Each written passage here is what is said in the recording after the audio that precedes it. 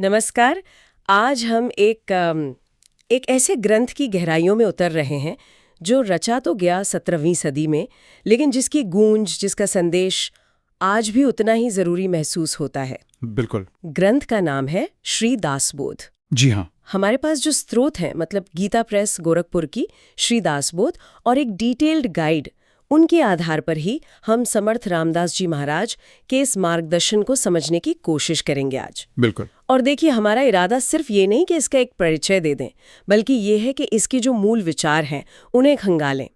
देखें कि ये भक्ति, ज्ञान और कर्म का जो संतुलन समर्थ रामदास जी ने सिखाया, वो आज की तेज रफ्तार जिंदगी में कैसे काम आ सकता है। सही बात है। और सबसे दिलचस्प बात शायद ये है, जो मुझे लगी, कि ये सिर्फ सन्यासियों या साधकों के लिए नहीं है। हाँ, ये बहुत महत्वपूर्ण है। ये तो आम लोगों के लिए, हम जैसे लोगों के लिए एक प्रैक्टिकल गाइड है, जो रोजमर्रा की जिंदगी जीते हुए भी एक मीनिंगफुल लाइफ जीना चाहते हैं।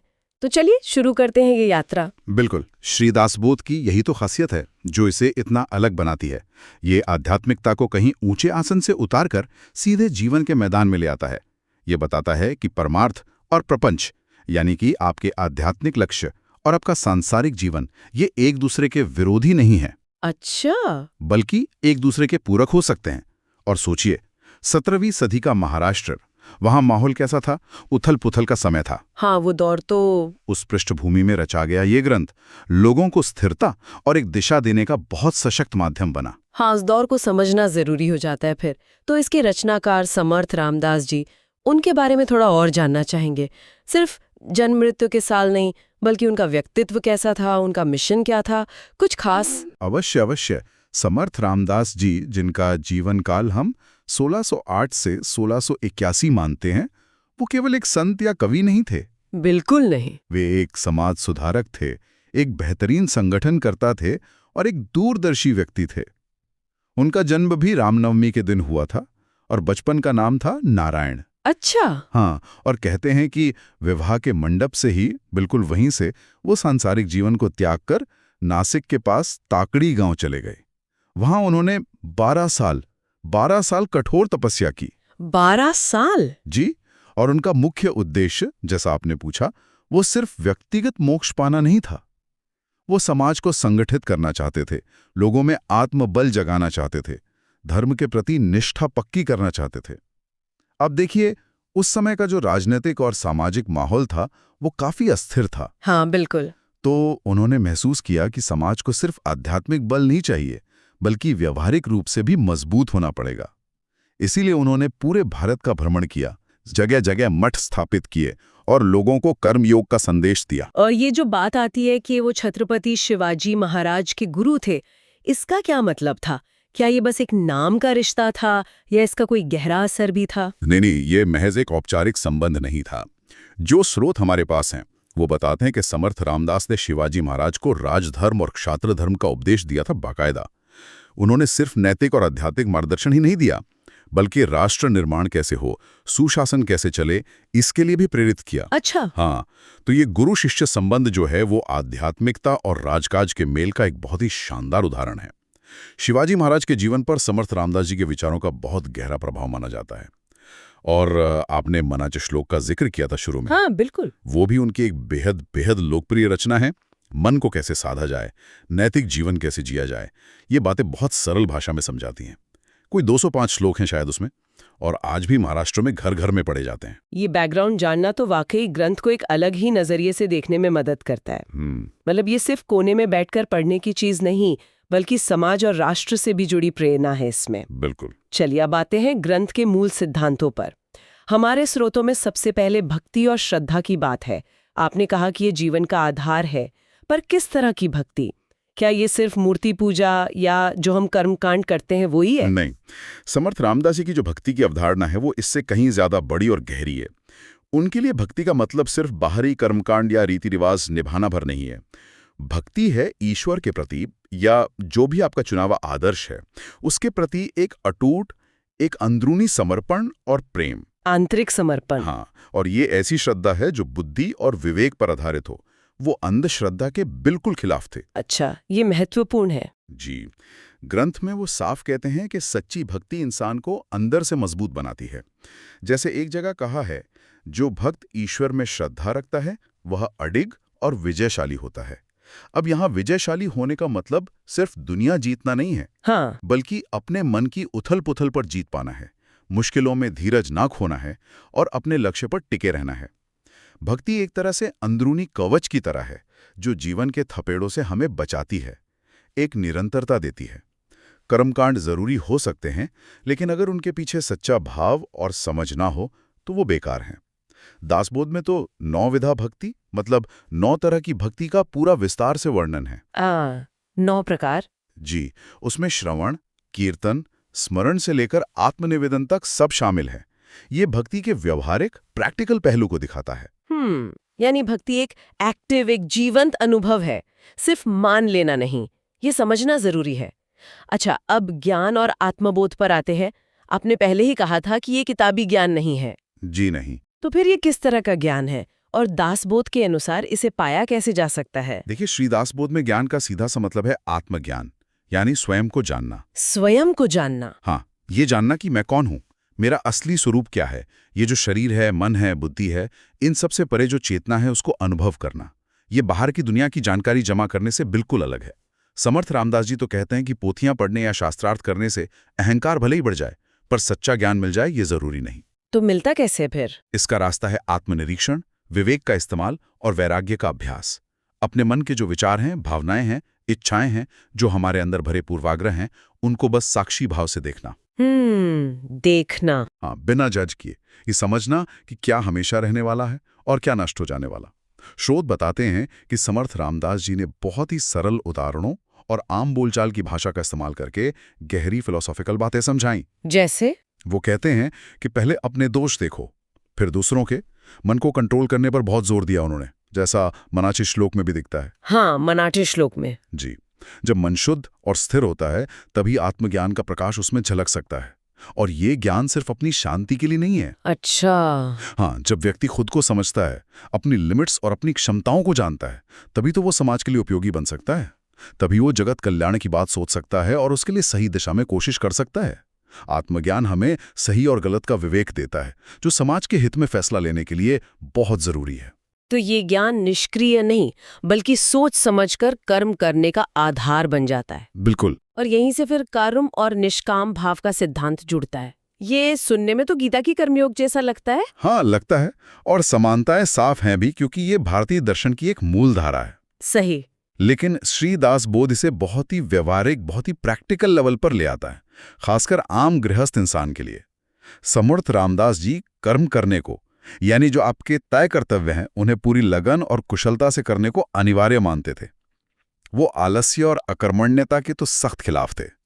उनका तो कहना था कि प्रपंच यानी सांसारिक जीवन जो है उसे भी परमार्थ की भावना से करना चाहिए। अच्छा, प्रपंच को भी परमार्थ की भावना से। हाँ, और निष्काम भाव का अर्थ यहाँ शायद ये नहीं है कि कर्मफल का पूरी तरह त्याग ही कर दो, बल्कि फल के प्रति जो बहुत ज्यादा आसक्ति होती है, जो चिंता होती है, उसका त्याग है। मतलब अपना बेस्ट एफर्ट दो, पूरी योग्यता और ईमानदारी से अपना काम करो, लेकिन रिजल्ट क्या होगा इसकी चिंता में घुलते मत रहो। क्योंकि परिणाम तो कई और चीजों पर भी निर्भर करता है जो हमारे हाथ में नहीं होती। दासबोध इस बात पर जोर देता है कि जब हम फल की चिंता से मुक्त होकर कर्म करते हैं तो हमारा ध्यान प्रोसेस पर रहता है। सही बात है। इससे काम की क्वालिटी सुधरती है और मन भी शांत रहता है। यह हमें सफलता मिलने पर अहंकार से और असफलता मिलने पर निराशा से बचाता है। उदाहरण जैसे? हाँ, जैसे मान लीजिए एक विद्यार्थी है, उसका कर्तव्य है मन लगाकर पढ़ना। अब परीक्षा में क्या परिणाम आएगा इसकी बहुत ज्यादा चिंता उसे पढ़ने से भटका सकती है ना। बिल्कुल। निष्काम भाव का मतलब है पूरी मेहनत से पढ़ो, परिणाम की चिंता ईश्वर पर छोड़ दो या उसे स्वीकार करने को तैयार रहो। लेकिन ये कहना जितना आसान है, करना उतना ही मुश्किल लगता है। आज की दुनिया में तो सब कुछ रिजल्ट ओरिएंटेड है, प्रमोशन है, मार्क्स है, सफलता है। वहाँ इस अनासक्ति को साधना कितना प्रैक्टिकल है? क्या स्रोत बताते हैं कि इस भाव को डेवलप कैसे करें? हाँ, ये सवाल बिल्कुल आज के समय का है, बहुत प्रासंगिक है। और देखिए, दासबोध या समर्थ रामदास जी ये नहीं कहते कि लक्ष्य ही मत रखो या महत्वाकांक्षा ही छोड़ दो। वो कहते हैं कि प्रयास पर ध्यान केंद्रित करो। प्रयास पर? जी। इसे साधने का तरीका है लगातार अभ्यास और विवेक, सबसे पहले तो ये समझना और मानना कि परिणाम पूरी तरह हमारे हाथ में नहीं है। दूसरा, अपने कर्म को ही अपना इनाम समझना, काम को ईश्वर की पूजा या अपना कर्तव्य समझकर पूरी निष्ठा से करना। काम को ही इनाम। हाँ। तीसरा, सफलता और असफलता दोनों को संभाव से देखना सीखना, उन्हें सीखने का एक अवसर मानना। और चौथा, भक्ति और श्रद्धा का यहाँ भी रोल है। जब ईश्वर पर या किसी उच्च शक्ति पर विश्वास होता है ना, तो परिणाम की चिंता थोड़ी कम हो जाती है। एक भरोसा रहता है कि जो होगा अच्छा होगा या उसमें भी कोई ना कोई सीख होगी। लेकिन हाँ, ये एक मानसिक अनुशासन है, इसे धीरे धीरे धीरे धीरे विकसित करना पड़ता है।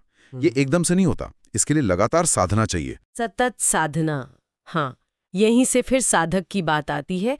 जो व्यक्ति इस रास्ते पर चलना चाहता है, चाहे वो आध्यात्मिक उन्नति के लिए हो या बस एक बेहतर बैलेंस्ड जीवन जीने के लिए, उसके लिए दासबोध क्या गुण या कैसा व्यवहार बताता है? ग्रंथ एक साधक के लिए, या जिसे वो महंत कहते हैं, यहाँ महंत का मतलब सिर्फ मठ का प्रमुख नहीं, बल्कि एक आदर्श व्यक्ति या लीडर भी समझ सकते हैं, उसके लिए कई गुण बताता है।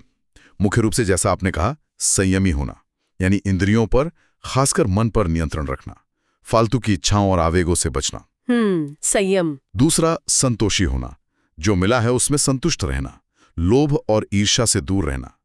पर इसका मतलब निष्क्रिय होना नहीं है, बल्कि व्यर्थ की दौड़ भाग से बचना है। संतोष। और तीसरा, करुणावान होना, सभी प्राणियों के लिए मन में दया और सहानुभूति रखना। इनके अलावा विवेक, यानी सही गलत की पहचान, वैराग्य, यानी नश्वर चीजों से अनासक्ति, दृढ़ निश्चय होना, निरंतर अभ्यास। वो कहते हैं, अभ्यासो न विसर्जावा, अभ्यास कभी नहीं छोड़ना चाहिए। अभ्यास नहीं छोड़ना चाहिए। और उद्यमशीलता, आलस झटकू न कामाला लगावे, आलस्य छोड़कर काम में लग जाओ। और ये बहुत महत्वपूर्ण बात है कि समर्थ रामदास व्यक्तिगत साधना को सामाजिक जिम्मेदारी से जोड़ते हैं। अच्छा। हाँ, साधक को सिर्फ अपनी मुक्ति की चिंता नहीं करनी है, बल्कि समाज के प्रति, राष्ट्र के प्रति, अपने परिवार के प्रति जो उसके कर्तव्य हैं उनको भी निभाना है। वो कहते हैं कि प्रपंच यानी सांसारिक जीवन को ठीक से चलाकर ही परमार्थ साधा जा सकता है। एक अच्छा साधक एक अच्छा नागरिक भी होता है, एक अच्छा परिवार का सदस्य भी होता है। ये संतुलन बहुत जरूरी है। ये संतुलन तो साधक को समाज से काटता नहीं बल्कि जोड़ता है। ये बहुत अच्छी बात है। लेकिन जीवन में तो उतार चढ़ाव आते ही हैं, मुश्किलें आती हैं, संकट आते हैं। इनके बारे में दासबोध क्या कहता है? क्या ये सिर्फ हमारे कर्मों का फल है या कुछ और है? दासबोध जीवन की मुश्किलों को बहुत यथार्थवादी ढंग से देखता है, स्वीकार करता है। ये उन्हें केवल पिछले कर्मों का फल कहकर चुप बैठने को नहीं कहता, बल्कि ये इन्हें साधक की परीक्षा मानता है। परीक्षा? हाँ, जैसे सोने को आग में तपाकर परखा जाता है ना, वैसे ही मुश्किलें हमारे धैर्य को, हमारी श्रद्धा को, हमारे ज्ञान और हमारे संयम को परखने के लिए आती हैं। ग्रंथ सिखाता है कि इन परीक्षाओं से घबराना नहीं चाहिए। जो व्यक्ति ऐसे समय में भी अपने मन को स्थिर रखता है, अपना विवेक नहीं खोता और अपने आदर्श या ईश्वर पर विश्वास बनाए रखता है, वही इन परीक्षाओं में सफल होता है। ये कठिनाइयां हमें कमजोर करने के लिए नहीं आती, बल्कि हमारे चरित्र को और मजबूत बनाने के लिए, हमें ज्यादा परिपक्व, ज्यादा अनुभवी बनाने के लिए आती हैं। हर चुनौती एक मौका है अपनी अंदरूनी शक्तियों को पहचानने का, उन्हें विकसित करने का। ये नजरिया हमें वो पीड़ित वाली, विक्टिम वाली मानसिकता से निकालकर एक एक्टिव योद्धा वाली मानसिकता देता है। ये नजरिया तो आज के दौर में बहुत मददगार हो सकता है, जहां लोग इतने तनाव और दबाव में जी रहे हैं। तो अब सीधे मुद्दे पे आते हैं। 17वीं सदी का ये ग्रंथ आज की 21वीं सदी की जिंदगी में हमारे स्मार्टफोन्स, डेडलाइंस, सोशल मीडिया और दुनिया भर की चुनौतियों के बीच कैसे प्रासंगिक है? क्या इसके सिद्धांत आज भी प्रैक्टिकल है? मेरे विचार में तो इसकी प्रासंगिकता कम नहीं हुई है, बल्कि शायद बढ़ गई है। आज की जो जटिल और तेज रफ्तार जिंदगी है, जहां बाहरी सफलता पर इतना जोर है और अंदर की शांति कहीं खोती जा रही है, वहां श्री दासबोध एक दिशा दिखाने वाले यंत्र की तरह काम कर सकता है। कुछ मुख्य बातें जो आज भी उतनी ही, शायद उससे भी ज्यादा लागू होती हैं। जैसे कि? पहला, काम और आस्था का संतुलन, कर्म और भक्ति। आज लोग अक्सर वर्क लाइफ बैलेंस की बात करते हैं ना? हाँ, बहुत करते हैं। दासबोध हमें काम को बोझ समझने के बजाय उसे निष्ठा और कुशलता से करने, जिसे कर्मयोग कहा, और साथ ही अपने जीवन में एक गहरे अर्थ और विश्वास, भक्ति या श्रद्धा को बनाए रखने की प्रेरणा देता है। ये हमें अपने काम में भी एक ऊंचा उद्देश्य देखने में मदद कर सकता है। ये एक पहलू हुआ। और दूसरा, मानसिक दृढ़ता और तनाव प्रबंधन, ज्ञान और संयम से जुड़ा हुआ। आत्मज्ञान की खोज यानी खुद को समझना और मन पर नियंत्रण का अभ्यास, ये हमें आज के तनाव, चिंता और डिप्रेशन से लड़ने में मदद कर सकता है। और वो निष्काम कर्म का सिद्धांत, हाँ, निष्काम कर्म, वो हमें परिणामों के दबाव से काफी हद तक मुक्त कर सकता है। इससे प्रदर्शन भी बेहतर होता है और मन की शांति भी बढ़ती है। सोचिए, ऑफिस की पॉलिटिक्स हो या असफलता का डर, कितना तनाव कम हो सकता है अगर हम इस सिद्धांत को थोड़ा भी अपना पाएं। सही बात है। तीसरा, निरंतर सुधार और अभ्यास यानी साधना। दासबोध लगातार सीखते रहने और अभ्यास करते रहने पर बहुत जोर देता है। आज की दुनिया में जहां स्किल्स कितनी जल्दी पुरानी पड़ जाती हैं, एक तरह से ग्रोथ माइंडसेट या निरंतर सेल्फ इंप्रूवमेंट का ही संदेश है, चाहे वो प्रोफेशनल फील्ड में हो या पर्सनल डेवलपमेंट में। बिल्कुल। और चौथा, सामाजिक जिम्मेदारी। ऐसे समय में जब इंडिविजुअलिज्म मतलब व्यक्तिवाद बढ़ रहा है, दासबोध हमें अपने व्यक्तिगत लक्ष्यों के साथ साथ समाज, परिवार और राष्ट्र के प्रति अपने कर्तव्यों को भी याद दिलाता है। यह हमें एक ज्यादा जिम्मेदार और जुड़ा हुआ नागरिक बनने की प्रेरणा दे सकता है। तो संक्षेप में कहूं तो ये ग्रंथ हमें भागदौड़ में जरा ठहर कर सोचने, अपने जीवन को ज्यादा गहराई से देखने और बाहरी हालात चाहे जैसे भी हों, अंदरूनी स्थिरता और आनंद पाने का एक प्रैक्टिकल रास्ता दिखाता है। बिल्कुल, ये सिर्फ किताबी बातें नहीं हैं, बल्कि जीवन में उतारे जा सकने वाले सूत्र लगते हैं। तो हमने आज अपने स्रोतों के जरिए श्री दासबोध के कुछ मुख्य पहलुओं को छुआ।